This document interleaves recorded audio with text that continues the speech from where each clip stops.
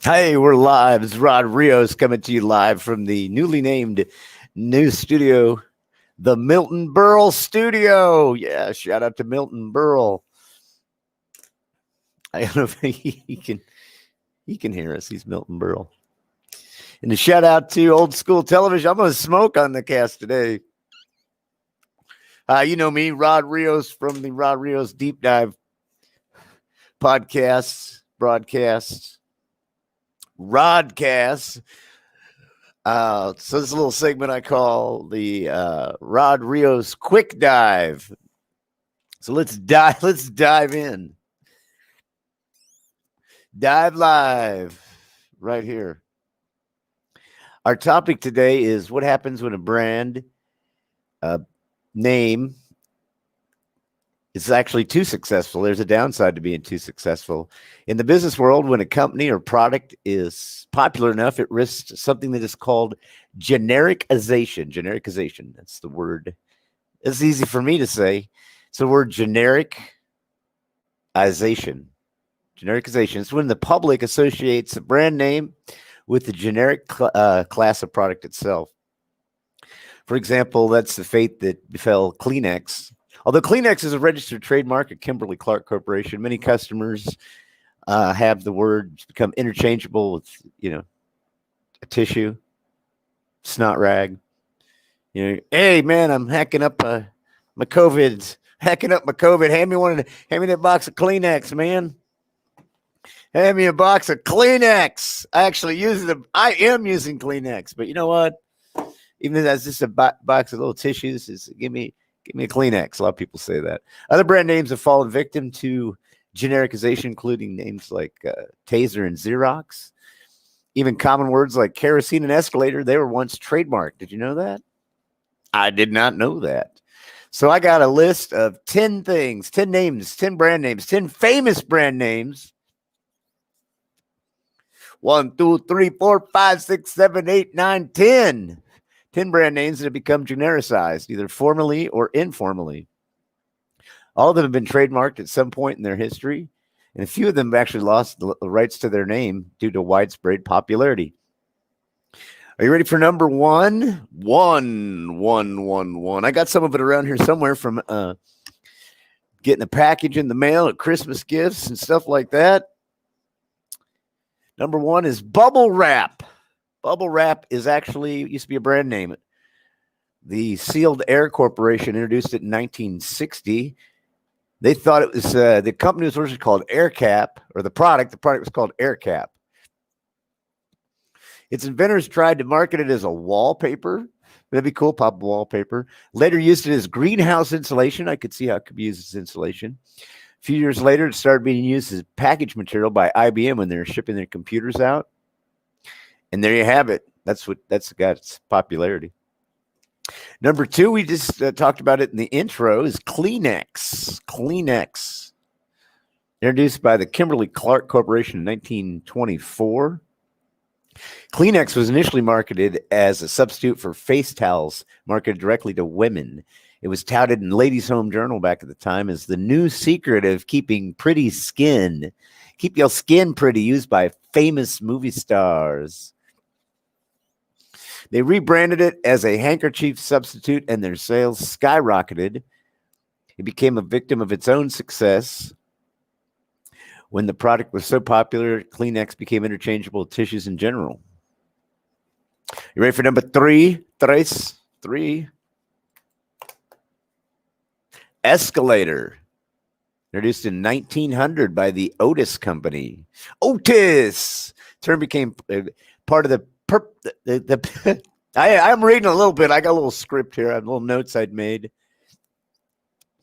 Let's do that take again. Another thing I want to say is I had a friend who used to call them electric stairs. Electric stairs. I think that was a Far Side comic or one of them comics. The escalator's broken. Take the stairs. That's the only thing that happens. Escalator. Oh man, I was a little kid. I used to run like the down escalator. I'd run up the down escalator, down the up escalator. They loved that. Yeah, mall security. Somebody call mall security. Somebody call Parisic. Oh my goodness, that term became just part of the public vernacular. Otis lost their trademark in court over the rights to the name brand back in 1950. Back in Milton Berle's time, the loss of the brand name was partly the company's own fault. It was ruled that Otis had used the term escalator generically in its own advertising. Number 4, cuatro. What do you think it is? Uno, dos, tres, cuatro. Give me some more. Thermos. Thermos is number 4 on my list, on the Rod Rios list. Introduced in 1904. Can you believe that? That's when I was born, in 1904. I'm a vampire. Vampire, that's a registered trademark. Rios is a vampire. Thermos is big on temperature control. Its mantra, its corporate mantra is hot matters, cold matters, it matters. That's apparently resonated with consumers who enjoy their lunches and drinks, beverages, whatever, certain temperatures. It lost its trademark in 1963 when it was termed a generic phrase. Number 5, introduced in 1912 by the Morton Manufacturing Company.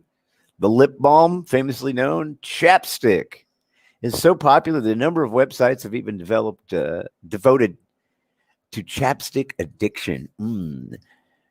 Pharmaceutical company Pfizer still has a registered trademark on this iconic product, yet the brand has become a genericized trademark over time.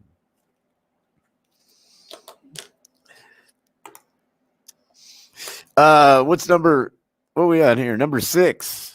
Are you ready for number 6? I couldn't believe this one. Popsicle. Yeah, Popsicle. First introduced in 1905. It was accidentally discovered by a man named Frank Epperson. It was later owned. The name was owned by the Joe Low Company of New York. It's got a kind of a legendary story. I don't know if you know the story of Popsicle, but Epperson left a glass of lemonade he was stirring up with a spoon, left it in his windowsill overnight. Temperatures were like it is here where I am in Iowa. It froze. He woke up in the morning, and it popped out. Popsicle, icicle, popsicle, icicle, popsicle, icicle. Gave the name to the American frozen treat. Later on, a number of copyright wars ensued. Today, the brand Popsicle is trademarked. It's still trademarked by the Unilever Company, who makes clear on its website that Popsicle is not a name for just any frozen treat. Number 7. What you think it is? Number 7, it was introduced in 1985 by the Sony Corporation. Did you guess it yet? Let me do something here. Put this out. Number 7 is Jumbotron. Jumbotron is one of the biggest non-projection video displays ever made. It was originally just a big wall of CRTs. Now they're using LED technologies. If you're watching television, the sports commentators watching games in the big arenas, have got the Jumbotrons, commentators, sports commentators, and fans alike, myself included, refer to big screen TVs and the big screens in the arenas as Jumbotron, even though Sony to this day still has the trademark.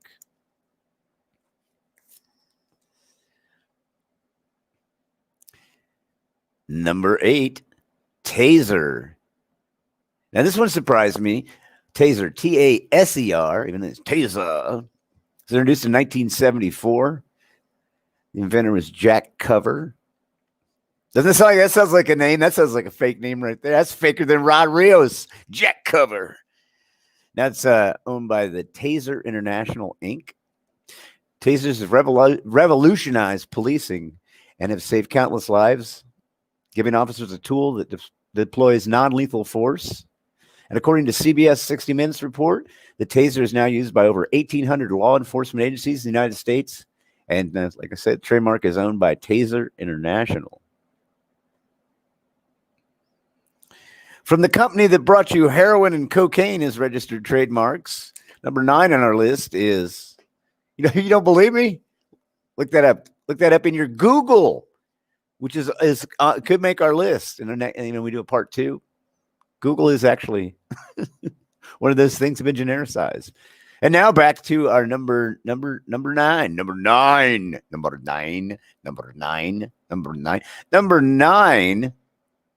aspirin. Yes, aspirin has a number of properties that have kept it relevant for more than over 100 years. Interestingly enough, as part of the Treaty of Versailles, Bayer was forced to give up its trademark on the name aspirin when Germany was defeated in World War I. And number 10 is one of my favorites. That's why I saved it for number 10. I couldn't believe this one. I could not believe this one was a genericized term. Wish I could show you this graphic. I wish I had one here in front of me. It's something you eat. Introduced in 1954 by C.A. Swanson's and Sons. TV Dinner. The brand name used to be a brand name, TV Dinner. Dissed by nutritionists, traditionalists. The TV Dinner was popularized, like I say, by Swanson and Sons and was thought to be the cultural demise of post-war America. And the original brand was called TV Brand Frozen Dinner. That TV dinner is just like, yeah, I'm gonna go pick up some. You know what I'm saying? It's a microwave dinner now. Microwave dinner, they call it. That's all 10. Hope you liked them. Stay tuned for more of these quick dives. Do part 2, probably even a part 3, part 4, part 5.